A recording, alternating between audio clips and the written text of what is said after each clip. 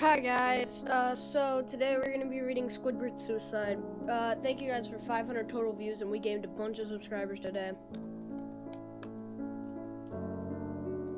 Yes, I'm eating, but only one thing. Nope. Okay.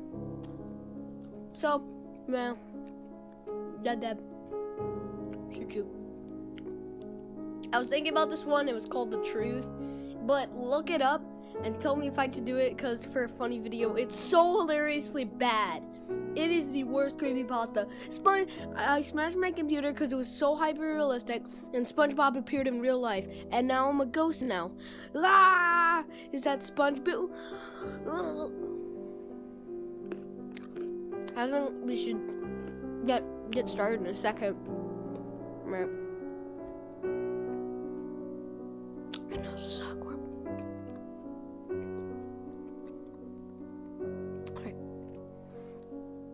Alright guys, ready? Alright, we're gonna start. I just wanted to start off by saying, if you answer what an answer at the end, prepare to be disappointed. There just isn't one. I was an intern at Nickelodeon Studios for a year in 2005 for my degree in animation. I was paid, of course. Most internships aren't. But it did have some perks beyond education.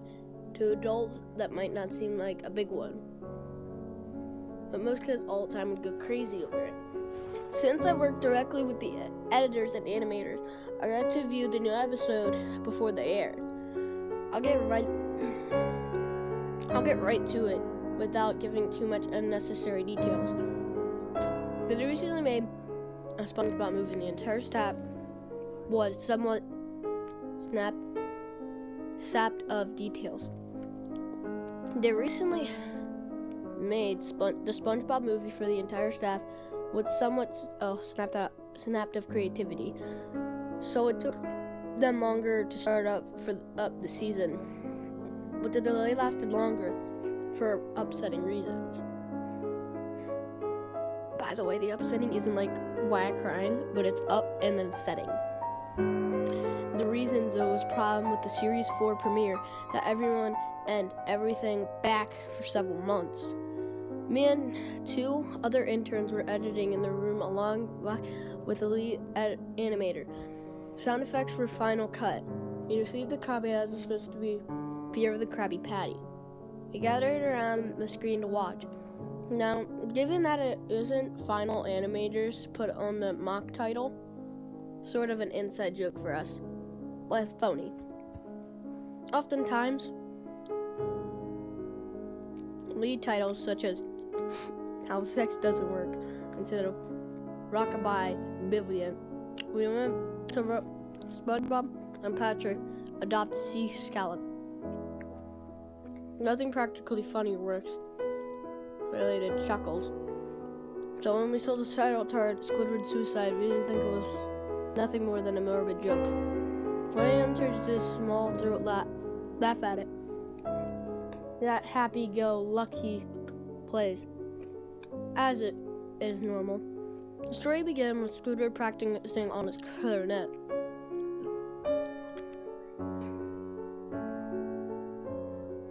Hold up.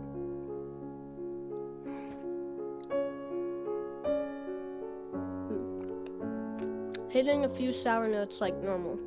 Here's SpongeBob laughing outside, and Squidward stops, yelling at him to keep it down. As he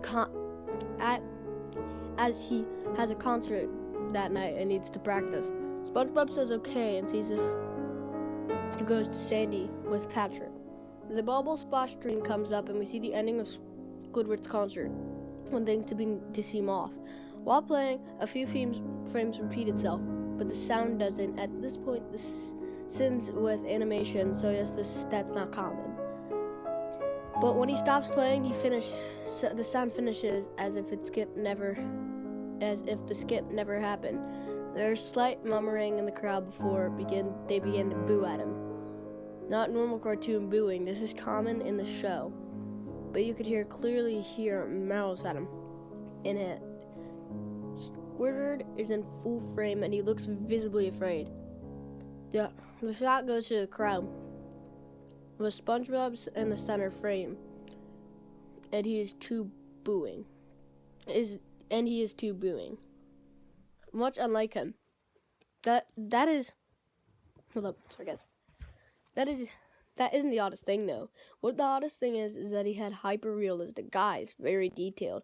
Clearly not shots of people's real eyes. This was something built more like a CGI. The pupils were red. Some of them looked at each other, very absolutely confused. But since the writers didn't have a question appeal to the children yet. The shot goes to Squidward sitting on the edge of his bed, looking very forlorn. The view out of his porthole window in the night sky isn't long before after the concert. The unsettling part is that at this point there is no sound, literally no sound, not even the feedback from the speakers in the room, as if the speakers were turned off. Through the status it showed them working perfectly. He sat there blinking in the silence for about 30 seconds, but then he started to sob softly. He put his tentacles over his eyes and cried quietly for about full minute more. All the while, the noise in the background very slowly growing into barely audible. It sounded like a silent breeze through a forest. The screen slowly begins to zoom on his face. By slow, I mean it's only noticeable if you look at 10 seconds apart, side by side. The sobbing gets louder, more full of hurt and anger. Then the screen twitches a bit, as if it twists on itself for a split second, and it's back to normal. The wind through the trees gets louder and more severe, if a storm is brewing somewhere. The ear part for Squidward's sobbing sounded real, as if it wasn't coming from the speakers, but it was coming from holes. The sound was coming from the other side.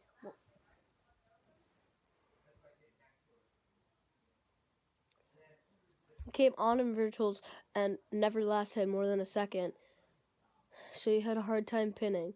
We watched the show twice, so paranoid. Me, if to sound too specific.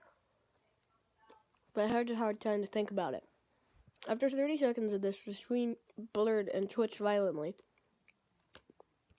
and something flashed over the screen, as if it was single frame was replaced. The lead animator paused, removed the frame by frame, and we saw something horrible. It was a still photo of a dead child. He couldn't have been more than 6. His face was mangled, bloodified, one eye dangling over his upturned face, popped. He was naked down to his underwear, his stomach crudely cut open, and his entrails laying beside him.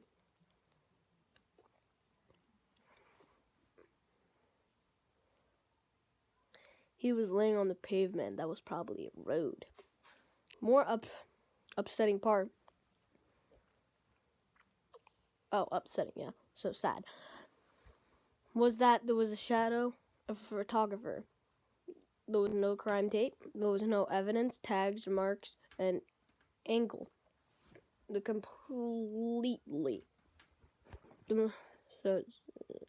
off shot designed to be for evidence. It would seem the photographer was responsible for the child's death. Of course, mortified, but pressed on, hoping it was just a sick joke. The screen flipped back to Squidward, still sobbing, louder than before. Half of his body was in the frame, what appeared to be blood running down his face from his eyes. Blood also was done to hear hyper-realistic style, as if you were touched it, you'd get blood on your fingers. The wind sounded now as if it was getting gale blowing through the forest. There were snapping sounds of branches, then the laughing in deep baritone, lasting for longer intervals and becoming more frequent. About 20 seconds, the screen again twisted and showed a single frame photo. The editor was reluctant to go back, but we knew we had to. This time the photo appeared to be a little girl, no older than the first child. She was laying on her stomach, her genitals in a pool of blood next to her. Her left eye was popped out and popped, naked except for underpants. Underpants. Her entrails were piled on top of her above, and another crude cut along her back. Again, the body was on the street, and the photographer's shadow was visible, a similar size and shape in the first one. I had to choke back a vomit. One intern, the only female in the room, ran out. The show resumed. About 5 seconds after the second photo played, Squidward went silent, as all the sound. It was like the scene started. Twitter put his tentacles down to his blood, hyper-realism that others beginning out of the episode. They were bleeding, bloodshot, pulsating. He just stared at the screen as if he was watching the viewer. After about 10 seconds, he started stopping, not covering his eyes. The sound was piercing, the most fear-inducing of all sobs was mixed in with screams. The tears and blood dripping down his face at a heavy rate. The wind sound came back, so did the deep-voiced laugh, and this photo lasted for a good 5 minutes. The animator was able to stop it on the 4th and backed up. The photo was of a boy about the same age, but this scene was different. His entrails were just being pulled from his stomach, a stomach wound by his large hand. The right eye popped out dangling, blood trickling down it. The animator proceeded. It was hard to believe, but the next one was different and we couldn't tell. He went on to the next, same thing. He went back and played the first and played them quicker. I lost it. I vomited on the floor, and the animators and sound editors gasping at the screen. The 5 frames were not as if it was 5 different photos. They play out as if the frames from the photo. We saw the hand slowly lift out of the guts. We saw the kid's eyes focus on it.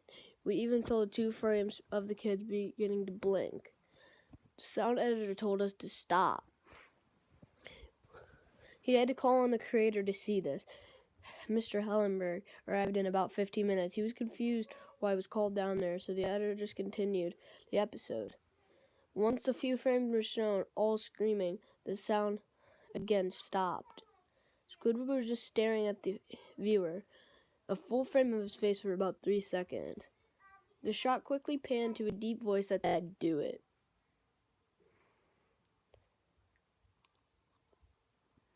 And we see Squidward's hands a shotgun. He immediately puts the gun to his mouth and pulls the trigger. Realistic blood and brain matter splats behind the wall behind him. And it's bad. And then he flies back with force. The last 5 seconds of the episode show a body on the bed.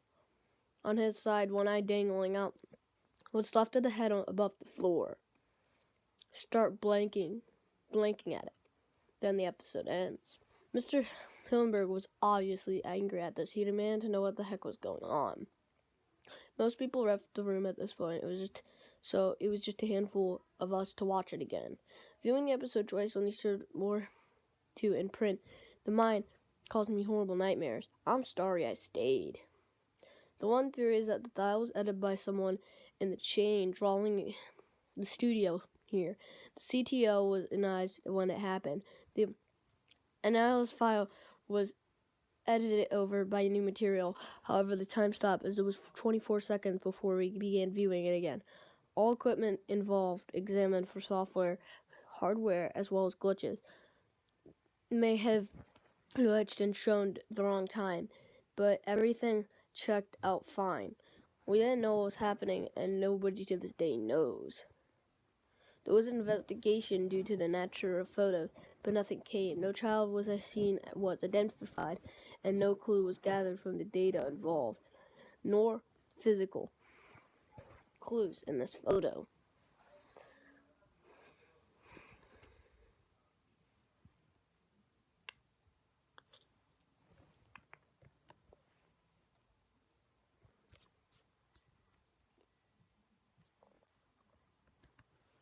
Alright, guys.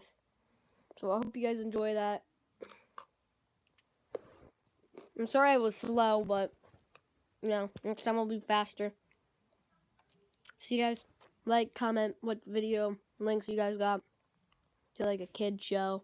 You know, Simpsons. That'll be fine. So, guys. Peace. Thank you for 500 total viewers, for sure. And bye, guys.